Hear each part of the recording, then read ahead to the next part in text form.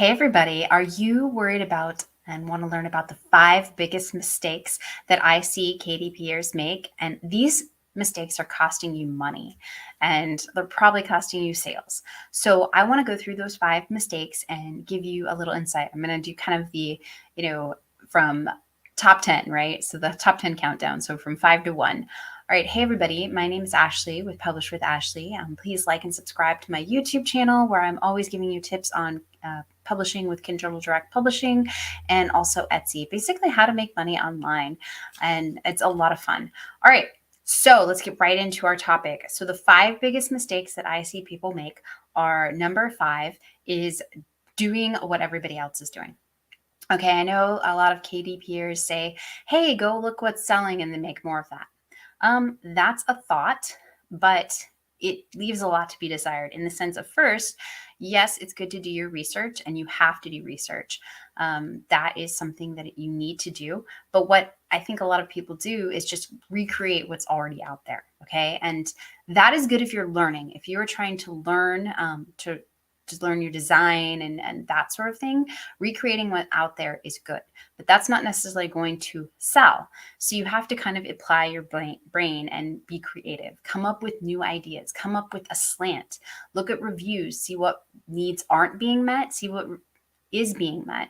You really got to capture the imagination of your audience to sell your product. If there's a product that is already selling well, the likelihood of you ousting that product with your pretty much copied product is about 0. KDP knows this or Amazon knows this because they know that sellers, that good sellers are going to continue to sell well. And they are not going to take a chance on yours that looks exactly like it, but may not deliver what is already a guaranteed delivery as far as they're concerned. So I know what a lot of people do is they use keyword research tools and try and find all these keywords that nobody's using. And keyword research tools are great and they're very useful, but you have to apply logic and your brain and some thought and creativity to those. Okay. Hey, Bailey. All right. So number 4. Okay. A lot of times, if you are doing what everybody else is doing, it leads to number 4, which is you don't have enough knowledge or expertise in that particular area to create a quality product because you don't know the keywords, because you don't know the slang that's maybe involved with this particular thing, or you don't even understand the product and how people will use it. It really leads to poor quality and missed opportunity for you because you spent your time creating something that is not useful to your target audience. And you probably don't know the right keywords. If you don't understand what you're doing, trying to find the right keywords is not going to, it's just not going to follow. It's kind of a losing proposition. Okay. So I always suggest you start with something you know or something you have an interest in that you can learn about so that you can create something for your audience that you know about, learn about. I mean, get in Facebook groups, get in, look on Google, talk to people, ask people about the products or the kind of niches you want to get into. You can become an expert in them. I have a lot of products that I've seen people try and copy me and they don't know what they're doing. They honestly are not creating a product that market would want. So they're just creating it because they think it's going to sell. They're, doing what I did, but they're not doing it right or well because they don't understand the people they're creating it for.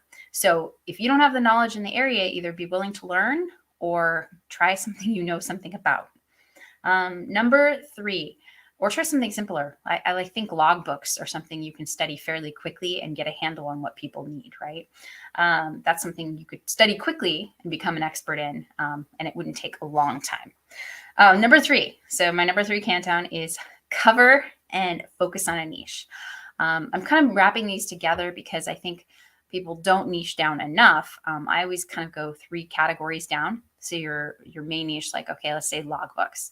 Okay. And then let's say student drivers. So you're creating for new student drivers. So a logbook for student drivers, girls, right? That's 3 down. You want to like niche down a little bit more because your cover for a female student driver possibly could be very different from a male student driver. I'm not saying it has to be pink or anything, but a cute Volkswagen Bug that's kind of more bubbly might be more appealing to a girl, whereas a red sports car might be more appealing to a boy. Or just, color choices. You can also make something neutral. That's an idea too, to make it kind of gender neutral. That is, something you can focus on as well. So you kind of have 3 categories within those subcategories. So I would say you've got to focus down. Now, with that cover, and if you have that focus of exactly who it's for, you can create the product that would actually appeal to that audience. Like I said, cute Volkswagen Bug with maybe, pastels or watercolor or something that really appeals to that, teen driver female who's, has always wanted a Volkswagen Bug or whatever. Um, but it's not to say females don't like the red sports car, and you definitely can do that as well, and they could purchase that. But kind of think about who your audience is and who you're niching it down. There's going to be different target markets, even within, student drivers, right? There's adults, maybe who want something boring. Adult who's learning to drive, later in life. Maybe they don't want something teen looking. They want something more mature looking. So that's another thing to niche down on and really focus on your cover. Who is this for? What does it appeal to them? What does the cover say? Like if I had, student driver and then this kind of teen looking like girl next to a Volkswagen Bug, it tells the story, right? That picture tells a story. What does your cover tell as a story? Think about that. Ask yourself, what is it too cluttered? What does it say about your book? Does it talk about your book? This is really big in the fiction market. Huge. Think about a suspense book. So like something scary or suspenseful, you're not going to have like a cute little like daisy on it, right? Maybe you would have a daisy being crushed under somebody's foot, right? That might be suspenseful or scary or something, but it's not going to be a cute little daisy in a field, right? That the book, which is suspense or horror or something, and a cute daisy don't match all. So really think about your cover, think about your niche, who's your audience, would it appeal to them, and what story does that tell about your book? This is super important. And I think newer KDPers miss this a lot because it's hard to grasp at first, and it takes a long time to be able to do this well. I remember when I first started, I was terrible at this. My stuff, I was looking back and my stuff I first published, like the first literally maybe 500 things were terrible. Okay. I didn't know what I was doing. I'm completely self-taught. I have no clue what I was doing. And I learned as I went. Okay. But I admit probably the first 500 things were bad. I had a few good ones in there, right? But most of them were bad. All right. So this is something you just have to go with. Now, I think one of the main things you need to do, this is like my number one tip, I suppose, probably in this whole tip thing, is to do this well, you need to know who your book is for and how they are going to use it. And I think if you can understand those things, like who and how they are going to use it, you can create the cover and the niche and niche down enough that it will be useful for you. Okay. The other thing on this is if you know who you're going to advertise it to before you create the book, that is a really good thing. So this is kind of a tip within a tip. So let's say you have 100 ideas of things you want to create. Go through that and say, okay, who is this for and how are they going to use it? If you can answer that easily for any of your 100 ideas, those are probably the ones you want to start with. If you're like, I have no idea, then maybe that isn't the one to start with. It's not to say it's not a good idea. It just may not be the first one to start with. So come up with a bunch of ideas and decide if you can easily identify who it's for and how they're going to use it, then those are probably some good things to go for first. Okay, number 2 is fear of advertising. This is something I think if you're a newbie, I think you've got to go through you've just got to go through time of creating stuff. Like my first 500 designs, like I said, were terrible. That's okay. It took me a while because I wasn't studying, I wasn't focusing, and I was probably doing what a lot of you are doing, which is throwing stuff out there and hope it works instead of focusing on, okay, what was good about this design or what was bad about this design. So I think people have the beginning, I think it's okay to have a fear of advertising, but if you're in the beginning, as you're learning like cover design and things like that, or interior design, once you kind of feel you have a handle on that, start learning about advertising. Start with a teeny small budget. It does not have to be a huge budget. It doesn't even have to be scary, but kind of learning by trial and error is helpful. You have to try something and say, did it work? Okay, why did it work? Didn't it work? Learn about it. That's the first thing. I think don't be afraid. Start learning about it. And then once you've kind of learned and have some feeling of comfort, try it. Try set a tiny little budget and try it. And don't look at it as lost money. Look at it as money you spent learning something. And it doesn't need to be, thousands of dollars, hundreds of dollars. It can be $20 and just over, 6 months or whatever. Just learn a little bit about it, try a little bit, and just see where you can go. Don't be afraid of it. Educate yourself and then set a small budget and try something. And it probably won't work at first, but that's okay because you're learning. Okay, my number one thing I think that KDPers are what's losing them money, what is kind of the hugest mistake, honestly, is time. People don't spend enough time learning the business. Okay. They don't spend enough time. And I know a lot of you are saying, I spent so much time. I created 100 designs, 200 designs, and none of them are selling. Like I said, I created 500. They're all terrible. Okay. Not all of them, but I would say 99% of them were terrible.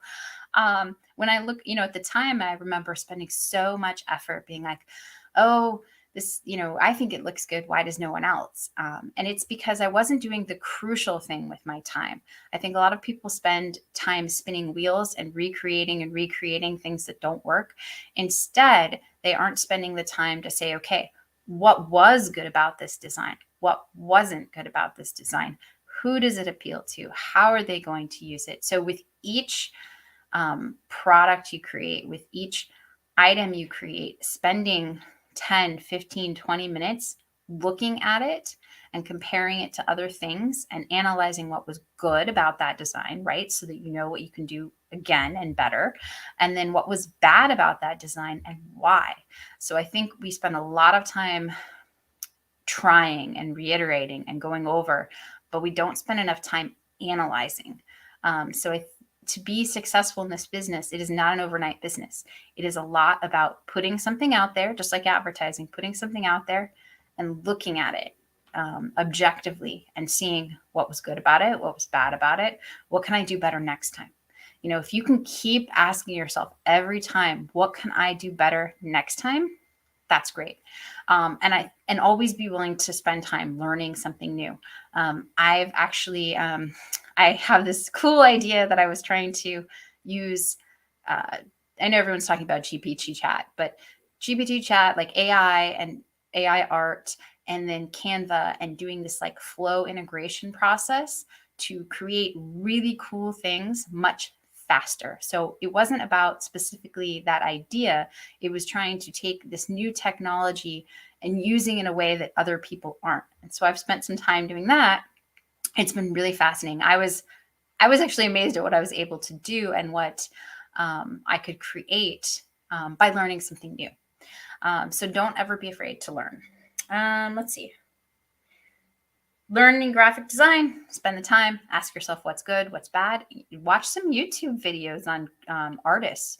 I've been watching a lot of art channels lately. I have a few I follow, and it's artistic. It's not particularly creative design for, books or anything, but it's like art, right?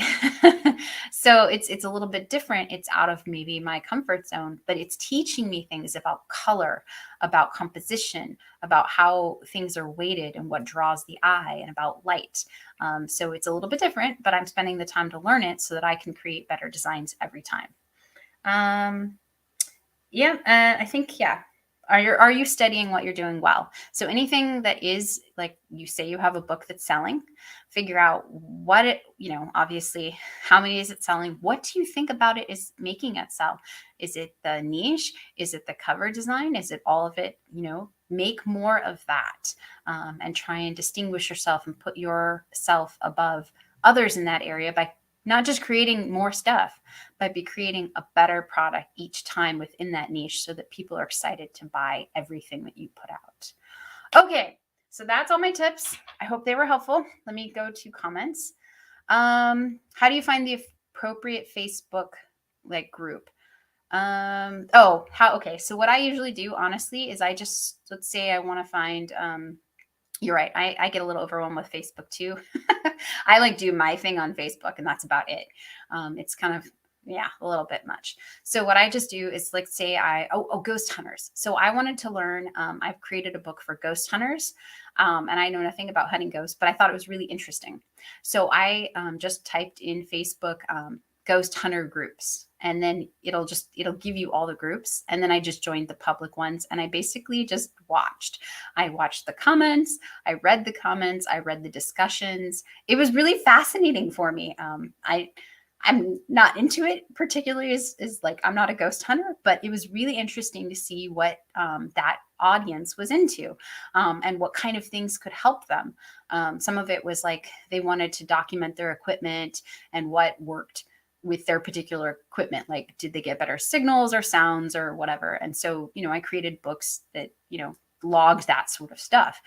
So I just kind of like watched, I asked questions, but that's kind of how you do it. Just type into Facebook in the search and then find a few groups that are really active, that are public. You can ask to join. And honestly, as long as you're not going to advertise them and you're truly interested in what they're doing, then, they're not going to like kick you out. I just watched and I asked a few questions like, hey, that sounds really neat. Can you tell me more about that? And people would answer. So, just be interested and they're not going to kick you out of their group. I use GPT chat, create sales description of the latest book. Awesome. I know that's really helpful, isn't it? I was using GPT chat to create, I'm coming out with a new course, and it's about flow and process. And I was using it to create names for me. I don't know if it did better than I did or not. I think I took a few and squished it together to something. Is there any other questions? Does anyone have anything? I hope this was really helpful. Yeah, I'm glad that was helpful on Facebook groups. If you want to just learn, Facebook is a great place to learn. You can just join some groups and ask questions, and people are happy to tell you if you're really interested in what they're doing. And that's all I did, is just, I was interested. So people were happy to tell me things. And I think that's great. All right. Anyone else have any questions? If not, that is it for my show today. And if you guys have suggestions, please in the comments for this Facebook or for my YouTube channel, please let me know what you guys want to learn more about. I was thinking about doing some more on like branding and what you should put in your beginning and end pages, and telling people like, hey, these are also the books you can buy, and things like that, things that I think are helpful to get return buyers. So I was kind of considering going down that for the next few weeks, and hopefully that'll be helpful for you all. Okay, that's all I have for today, and I will see you next week. Oh, actually, I won't be live next week. I'll just have a show tape for you all. Okay, just so you know. But I'll see you next week either way. Bye.